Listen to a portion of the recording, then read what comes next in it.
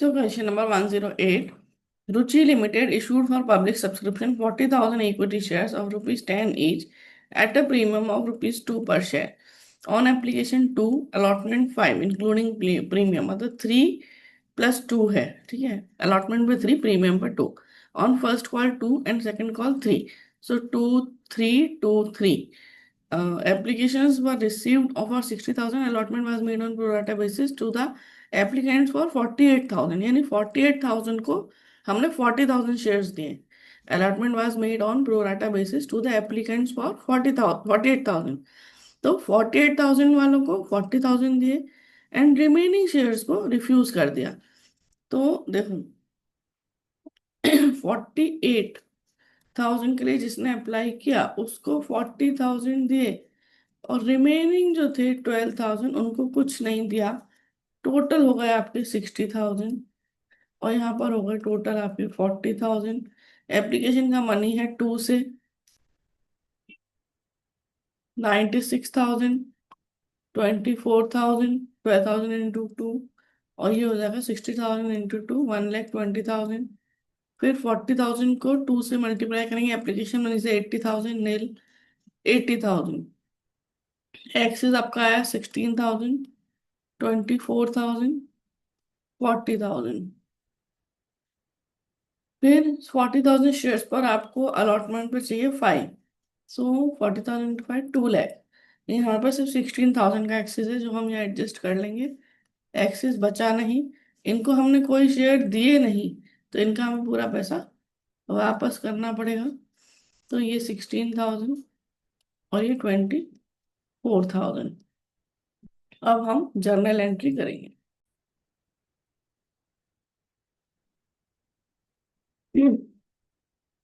तो देखो अब हम जर्नल एंट्री कर रहे हैं तो सबसे पहले हमारे पास अलॉटमेंट एप्लीकेशन मनी आएगा.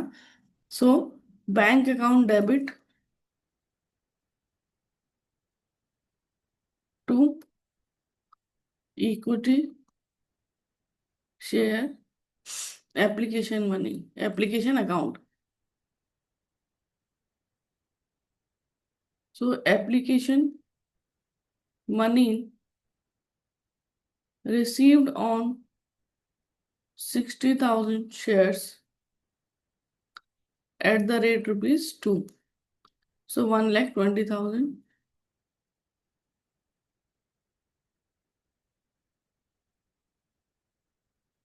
फिर ये एप्लीकेशन मनी शेयर कैपिटल में ट्रांसफर करना है. Equity share application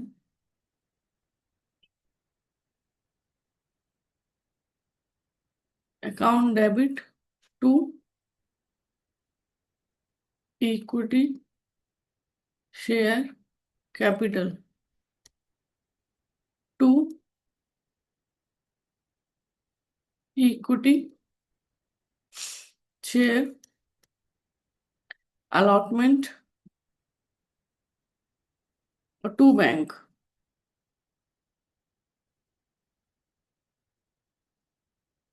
so application money transferred to share capital account on 40,000 shares and excess money adjusted on allotment and refunded.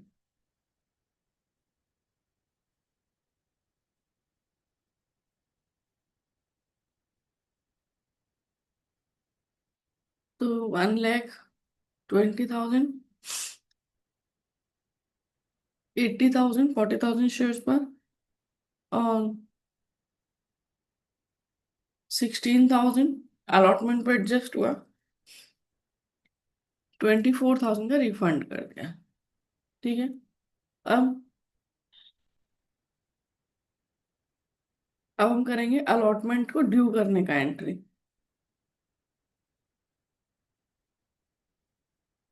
Share allotment account debit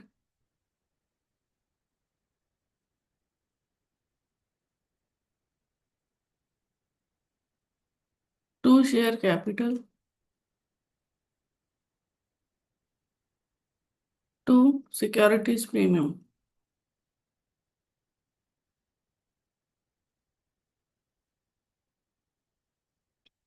so 40,000 shares पर 3 and 40,000 shares पर 2। So 1,20,000, 80,000, 2 lakh। So allotment due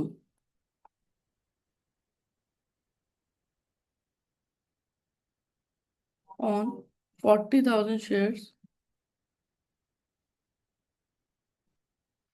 at the rate ₹5।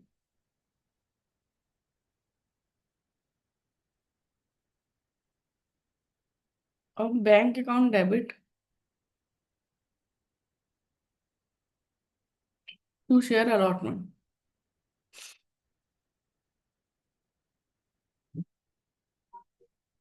So allotment money received.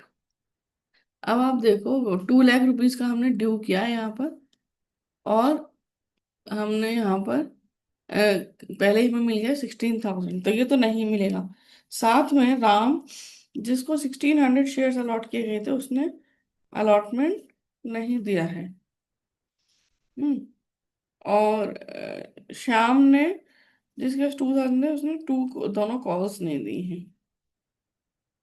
तो 1,600 shares पर allotment नहीं मिला है। तो हम यहाँ पर यदि देखें, राम के पास 1,600 शेयर्स थे। सो 1,600 शेयर्स पर अलॉटमेंट कितना ड्यू होगा? अलॉटमेंट ड्यू होगा 1,600 इंटू 5, 8,000। उसको भी हम अलग अलग कर लेते हैं। अलॉटमेंट पर,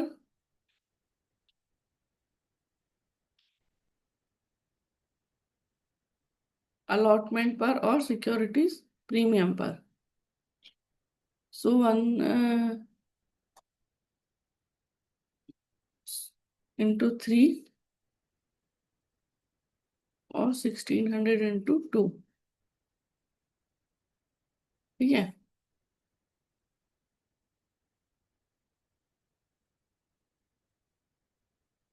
अब हमें जो पैसा मिल चुका है, जो हमारा अमाउंट ऑलरेडी एडजस्ट हुआ है, तो हम यहाँ पर देखेंगे हमारी टेबल में 40,000 शेयर्स पर अमाउंट कितना एडजस्ट हुआ है?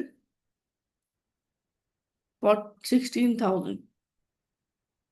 40,000 शेयर्स पर, तो हम यहाँ पे देखेंगे 40,000 शेयर्स पर अमाउंट एडजस्ट हुआ है ऑन अलॉटमेंट 16,000।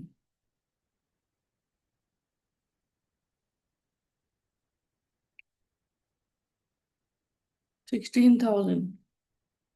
तो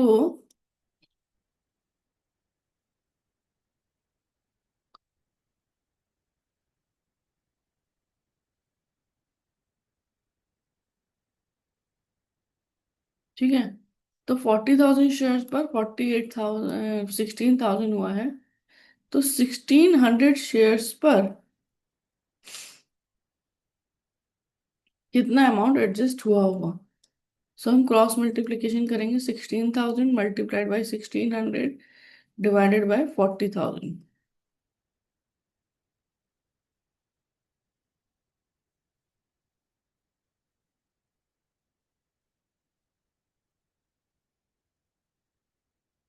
640।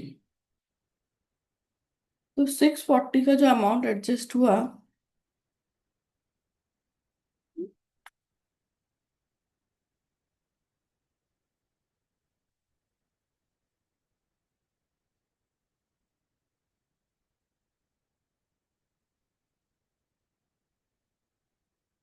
16,000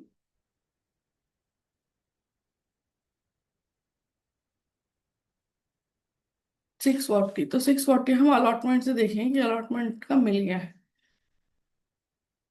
तो जो अमाउंट नहीं मिला है वो हो गया 4160 और 3200। अब इन दोनों को यदि हमने टोटल कर दिया तो 4160 माइनस वो प्लस 3200, 7360। 7360 आपको नहीं मिला है अलॉटमेंट का। अच्छा, बेसिकली आपको अलॉटमेंट का कितना मिलना था टोटल शेयर्स पर? सो अलॉटमेंट ड्यू था आपका 2 लाख रुपीज। इसमें से ऑलरेडी एडजस्टेड 16,000 और amount not received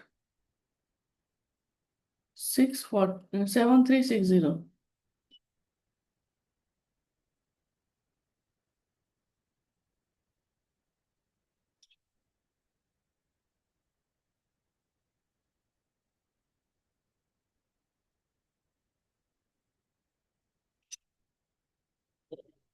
one seven six forty, तो 176,640।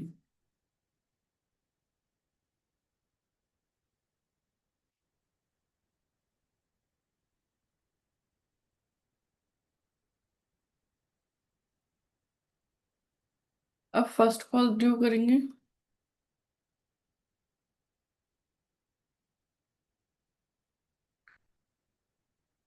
Share first call account debit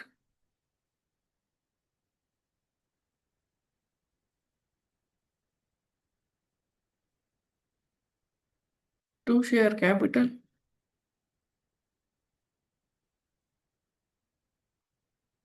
first call money due on 40,000 shares at the rate rupees 2।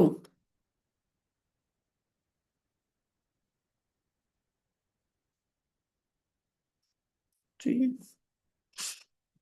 तो 80,000।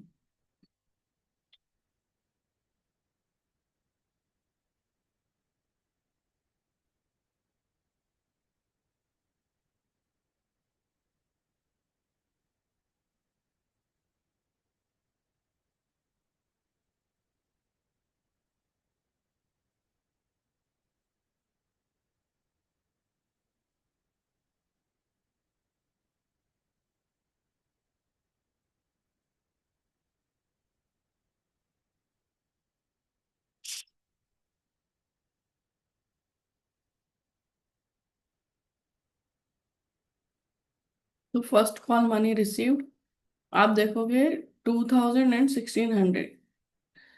1600 शेयर्स पर नहीं मिला और फिर 2000 पे भी नहीं मिला शाम की। सो 3600, तो 3600 इंटू 2, 7200। फर्स्ट कॉल हमारा था 80,000 का। So 80,000 minus 7200, 72,800।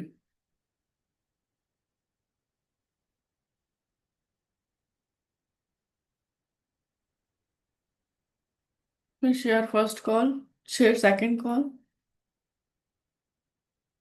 Final call, account debit to share capital.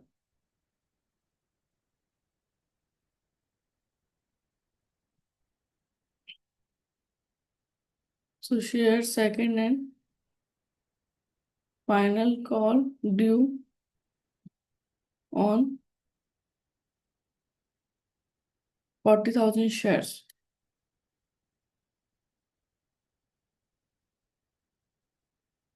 1,20,000 at the rate rupees 3। ठीक है, अब इसे रिसीव करेंगे।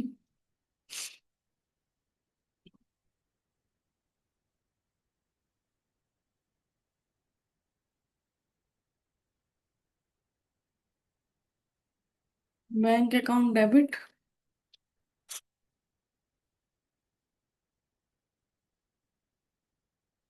False in arrear account debit,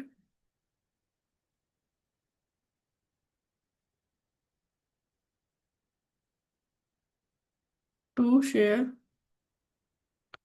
second and final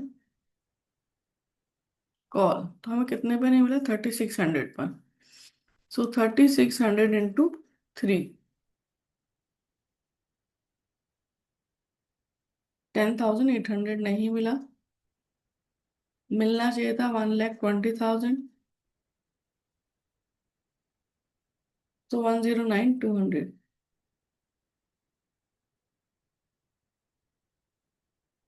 so second and final call money received.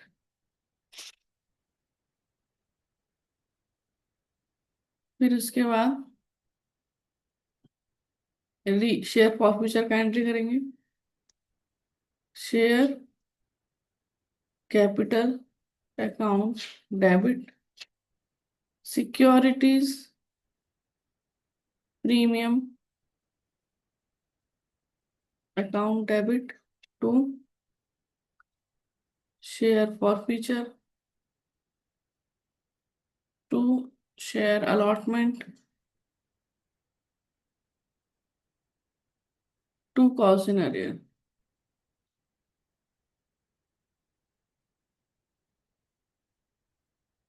So 3600 shares forfeited. तो देखो 3600 shares आपके 10 rupees call किए गए थे अब तक। सो 36,000 सिक्योरिटीज प्रीमियम में अमाउंट आएगा जो हमने यहाँ कैलकुलेशन किया था।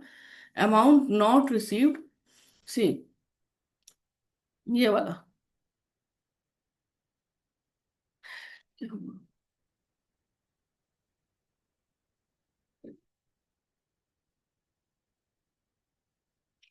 ये वाला 3600, ठीक है, दो 3200।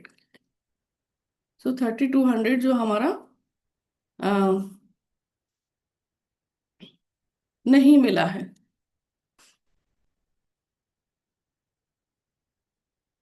ये आ जाएगा 3200। शेयर फॉरफीचर में जो अमाउंट हमारा मिल गया है, तो वो हम देख लेते हैं कौन कौन सा अमाउंट मिल गया है। शेयर फॉरफीचर का हम अमाउंट देख रहे हैं। तो सबसे पहले हम देखते हैं 16,000 1600 शेयर्स पर।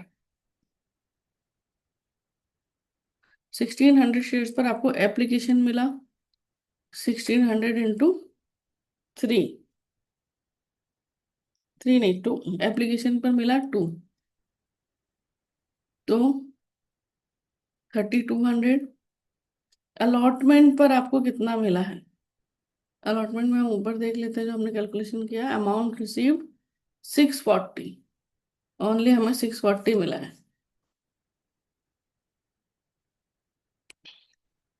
और हमें कुछ नहीं मिला। सो 3840। फिर ऑन 2000 शेयर्स,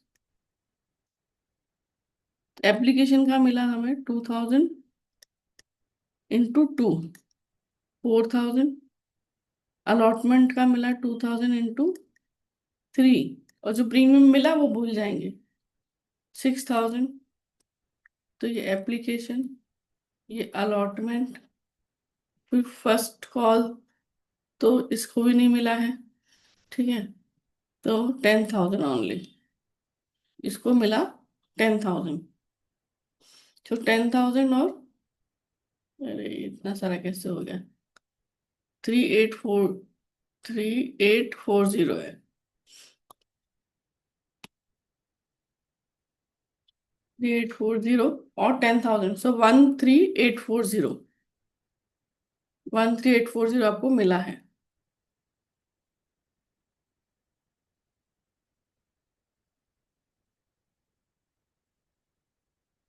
तो 3840 पहले शेयर्स पर और फिर दूसरा 10,000 पर, ऐसे है आपका, ठीक है। फिर है अलॉटमेंट। अलॉटमेंट में जो नहीं मिला है, तो ये देखो हमने ऊपर किया था, allotment not received 7360, amount not received on allotment 7360।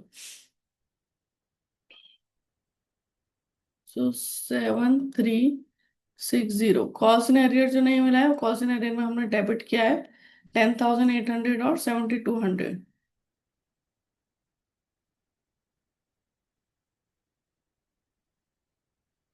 18,000। Debit credit का टोटल करके देख लेते हैं सेम है कि नहीं है। सो 36,000 प्लस 3,200 माइनस 13,840 माइनस 7,360 माइनस 18,000, तो हमारा डेबिट क्रेडिट सेम है। अब हमें इसमें री इशू करना है। All the forfeited shares were reissued as fully paid up at the rate 8 per share.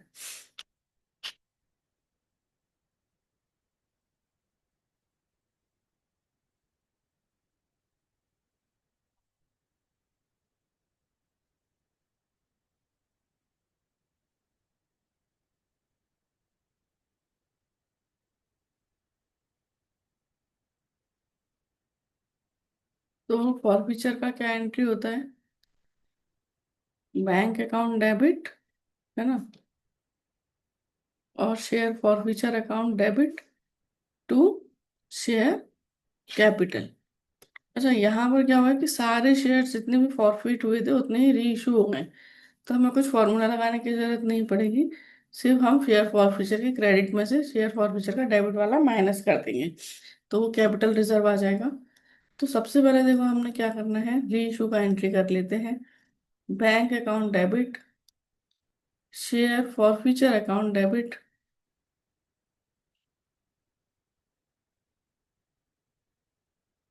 To share capital. So 8 rupees से, सो 8,000 इंटू 8। ओ, 8,000 इंटू 8 यहाँ पर आएगा 64,000। ये तो फुली पेड अप किया ना, तो 10 आएगा यहाँ तो।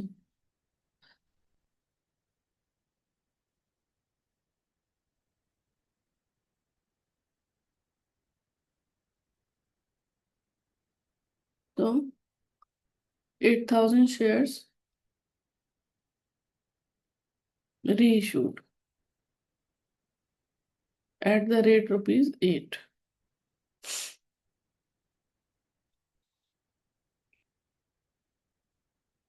फिर कैपिटल रिजर्व में ट्रांसफर करेंगे। So share forfeiture account debit to capital reserve. So net gain, अब देखो नेट गेन कितना हुआ, पहले फॉरफिचर में कितना था, 13,840। 13,840 का गेन था, लॉस हुआ हमें,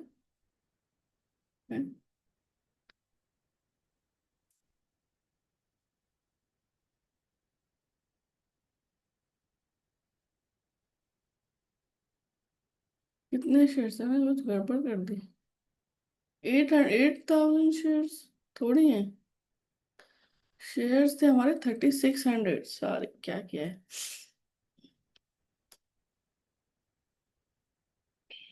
1,000 शेयर्स कहाँ से आ गए, 3,600 शेयर्स थे।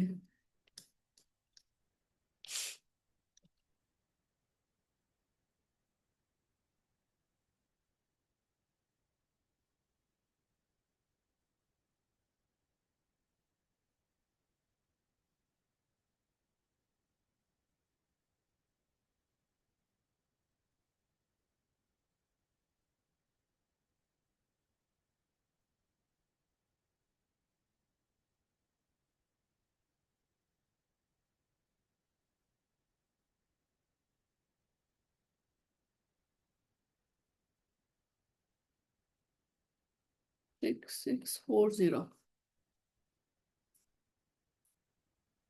Capital reserve is 6640.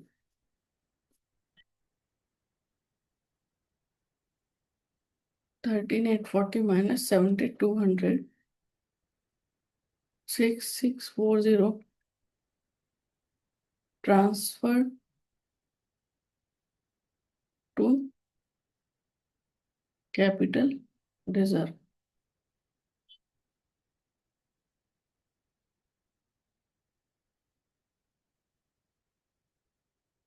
So question हमारा यहाँ कंप्लीट है. Thank you.